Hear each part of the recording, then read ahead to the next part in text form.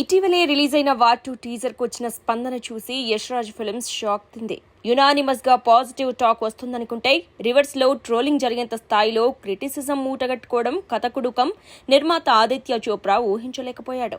Junior NTR, Hrithik Roshan మొదటిసారి కలయిక కాబట్టి రెస్పాన్స్ అదిరిపోతుంది. యూట్యూబ్ వ్యూస్ లో రికార్డులు గల్లంతవుతాయని భావిస్తే అది కూడా జరగలేదు. మిలియన్ల కొద్దీ వచ్చాయి కానీ నంబర్ 1 కాలేకపోవడం ఫ్యాన్స్ ని నిరాశపరిచింది. బాలీవుడ్ మీడియా సైతం పెదవి విరచడం ఊహించని పరిణామం. ముంబై రిపోర్ట్ ప్రకారం వార్ 2 బృందం పోస్ట్ మార్టం చేసే పనిలో పడింది. ఫీడ్బ్యాక్ ని సీరియస్ గా తీసుకుని ఎక్కువ కంప్లైంట్స్ దేని గురించి వచ్చాయో వాటి మీద మళ్లీ వర్క్ చేయాలని నిర్ణయించుకుందట. ముఖ్యంగా విఎఫ్ఎక్స్ గురించి ఎక్కువ కామెంట్స్ వచ్చాయి. పఠాన్ టైంలో ఇవి వినిపించినప్పటికీ తర్వాత వాటిని సరిచేయడం ద్వారా డ్యామేజ్ తగ్గించారు.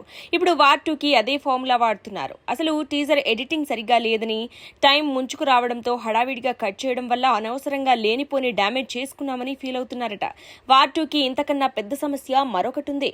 ఆగస్టు 14న అదే రోజు వార్ 2తో విడుదల కాబోతున్న కూలీ మీద హైప్ అంతకంతా పెరిగిపోతోంది. చిన్న చిన్న టీజర్లతోనే దర్శకుడు లోకేష్ కనకరాజ్ అంచనాలను ఎక్కడికో తీసుకువెళ్లిపోయాడు. ఇక ట్రైలర్ వచ్చాక ఎక్కడికి చేరుకుంటుందో ఊహించడం కష్టం. 2 పోటాపోటీ సినిమాలు కావడంతో బయ్యర్ల నుంచి రేట్ల పరంగా డిమాండ్ ఎక్కువగా కూలీకే వస్తోంది. ఏపీ, తెలంగాణ, ఉత్తరాది వరకు వార్ 2 డామినేషన్ ఉంటుందనుకున్నా మిగిలిన రాష్ట్రాల్లో కూలీ ఆధిపత్యాన్ని తేలిగ్గా తీసుకోవడానికి లేదు. ఇప్పుడు వార్ 2కు కావాల్సింది అదిరిపోయే ఒకే సాలిడ్ ట్రైలర్.